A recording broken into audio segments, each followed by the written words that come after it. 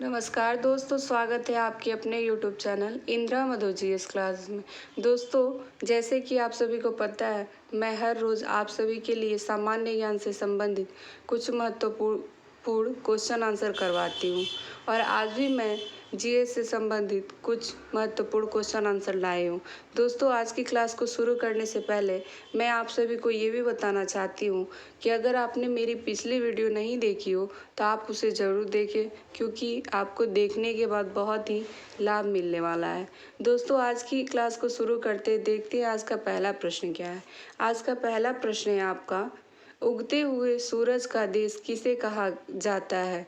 Option A Myanmar, option B Bharat, option C Japan, option number D Norway. दोस्तों, इसका जो right answer होगा option number C होगा, Japan.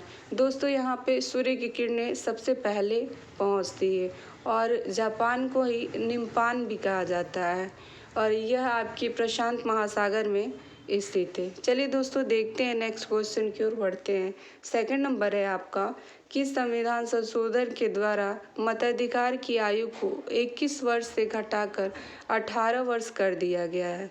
Option A 55वें संविधान अधिनियम 1986, ऑप्शन बी 61वें संविधान अधिनियम 1989, ऑप्शन सी 56वें संशोधन अधिनियम 1987, ऑप्शन नंबर डी इनमें से कोई नहीं। दोस्तों, इसका जो राइट आंसर होगा आपका ऑप्शन नंबर बी होगा, 61वें संविधान अधिनियम 1989। दोस्तों, बढ़ते हैं अगले प्रश्न की ओर, देखते हैं तीसरा प्रश्न। विश्व शिक्षक दिवस मनाया जाता है? ऑप्शन ए 5 अक्टूबर को, ऑप्शन बी 5 दिसंबर को, ऑप्शन सी 5 अगस्त को, ऑप्शन नंबर डी 5 सितंबर को। दोस्तों, इसका जो सही उत्तर होगा आपका ऑप्शन नंबर ए होगा, 5 अक्टूबर को। दोस्तों, ये आपको इसी दिन आपके 1986 में अंतर्राष्ट्रीय श्रम संगठन द्वारा सिफारिश पत्र पर हस्ताक्षर किया गया था और ये आपके 1994 से मनाया जाता है। चलिए दोस्तों, देखते हैं अगले प्रश्न। 4 नंबर प्रश्न है आपका, किसके द्वारा खालसा पंथ की व्याख्या की गई थी? Option A Guru Tegh Bahadur, option B Guru Govind Singh, option C Guru Hargovind, option number D Guru Nanak Dev. दोस्तों, इसका जो सही उत्तर होगा आपका ऑप्शन नंबर बी होगा, गुरु गोविंद सिंह। दोस्तों, इससे संबंधित कुछ मैं व्याख्या बताना चाहती हूँ। ये आपकी 1699 ईस्वी में वैसाखी वाले दिन आनंदपुर में स्थित किया गया था। चलिए दोस्तों, बढ़ते हैं अगले प्रश्न की ओर, देखते हैं 5 नंबर प्रश्न। 5वां प्रश्न है आपका, भाखड़ा नांगल परियोजना किस नदी पर स्थित है? Option A Mahanadi, option B Sutlej, option C Tapti, option number D Ganga. दोस्तों, इसका जो राइट आंसर होगा आपका ऑप्शन नंबर बी होगा, सतलज। दोस्तों, ये आपके पंजाब, हरियाणा व राजस्थान की संयुक्त परियोजना है और महानदी की अगर बात करते हैं तो महानदी पे आपकी हीराकुंड बांध बनाया गया है जो आपके उड़ीसा में है।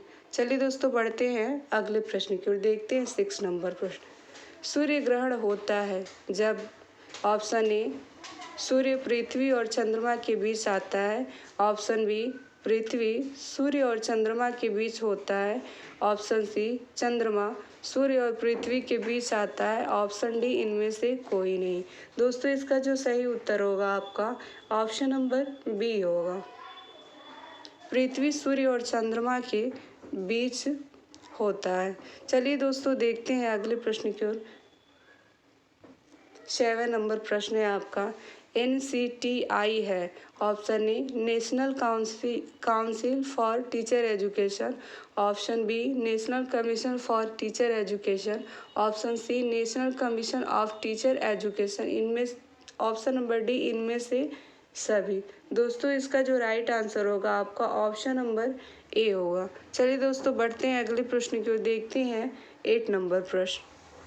संविधान के किस अनुच्छेद में निर्वाचन आयोग के विशेषाधिकार निहित है? Option A 350, option B 356, option C 280, option number D 324। दोस्तों, इसका जो सही उत्तर होगा आपका ऑप्शन नंबर डी होगा। दोस्तों बढ़ते हैं अगले प्रश्न की ओर, देखते हैं 9 नंबर प्रश्न। 9 नंबर प्रश्न है आपका, जापान की संसद का नाम है। ऑप्शन ए सोरा, ऑप्शन बी मजलिस, ऑप्शन सी डायल, ऑप्शन नंबर डी रूलर। दोस्तों इसका जो राइट आंसर होगा आपका ऑप्शन नंबर सी होगा, डायर। दोस्तों अगर सोरा की बात करते हैं ये आपकी पाकिस्तान की संसद है, और मजलिस की बात करते हैं ये आपकी ईरान की संसद है। चलिए दोस्तों बढ़ते हैं अगले प्रश्न की ओर। अगला प्रश्न है आपका 10 नंबर, ओमान की राजधानी कहाँ है। Option A Riyadh, option B Ramallah, option C Abu Dhabi, option D Muscat. दोस्तों इसका जो राइट आंसर होगा ऑप्शन नंबर डी होगा, मस्कट। दोस्तों अगर रियाद की बात करते हैं ये आपकी ओमान की मुद्रा होती है। चलिए दोस्तों बढ़ते हैं अगले प्रश्न की ओर। 11 नंबर प्रश्न है आपका, किस वर्ष वर्ल्ड ट्रेड सेंटर की जुड़वा बिल्डिंग में 2 हवाई जहाज टकराया था। ऑप्शन ए 2002 में, ऑप्शन बी 2001 ईस्वी में, ऑप्शन सी 2004 में, ऑप्शन नंबर डी 2003 में। दोस्तों इसका जो राइट आंसर होगा आपका ऑप्शन नंबर बी होगा, 2001 ईस्वी में। चलिए देखते हैं अगले प्रश्न को। 12 नंबर प्रश्न है आपका, प्रसिद्ध मोबाइल कंपनी नोकिया किस देश की है। Option A Sweden, option B Spain, option C Germany, option number D Finland. दोस्तों इसका जो राइट आंसर होगा आपका ऑप्शन नंबर डी होगा, फिनलैंड। चलिए दोस्तों देखते हैं नेक्स्ट क्वेश्चन। 13 नंबर प्रश्न है आपका, न्यूजीलैंड के निवासी को कहा जाता है।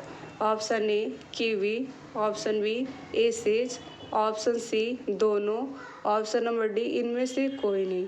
दोस्तों इसका जो सही उत्तर होगा आपका ऑप्शन नंबर ए होगा, कीवी। चलिए दोस्तों बढ़ते हैं अगले प्रश्न की ओर, देखते हैं नेक्स्ट क्वेश्चन। 14 नंबर प्रश्न है आपका, वर्ष 2014 में भारत का कौन सा राज्य 29वां राज्य बना। Option A Telangana, option B Uttarakhand, option C Jharkhand, option number D Chhattisgarh. दोस्तों इसका जो सही उत्तर होगा आपका ऑप्शन नंबर ए होगा, तेलंगाना। चलिए दोस्तों देखते हैं अगले प्रश्न की ओर। तेलंगाना आपके आंध्र प्रदेश से अलग हुआ था। चलिए दोस्तों देखते हैं 15 नंबर प्रश्न, और ये आज की क्लास की लास्ट क्वेश्चन है। भारत के संविधान के अनुच्छेद में मौलिक कर्तव्यों का वर्णन है। Option A 29, option B 51 A, option C 12, option number D 15। दोस्तों इसका जो राइट आंसर होगा आपका ऑप्शन नंबर बी होगा, 51 है।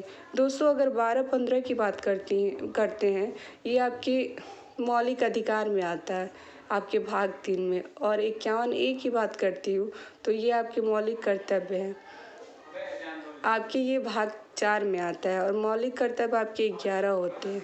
दोस्तों आज की क्लास को यहीं पे एंड करते हैं। आज की क्लास आपको कैसे लगी कमेंट बॉक्स में कमेंट करके बताइएगा, और अगर आपने मेरी पिछली वीडियो नहीं देखी हो तो आप डिस्क्रिप्शन बॉक्स में जाकर वहाँ से लिंक ज्वाइन करके देख सकते हैं। Thank you everyone.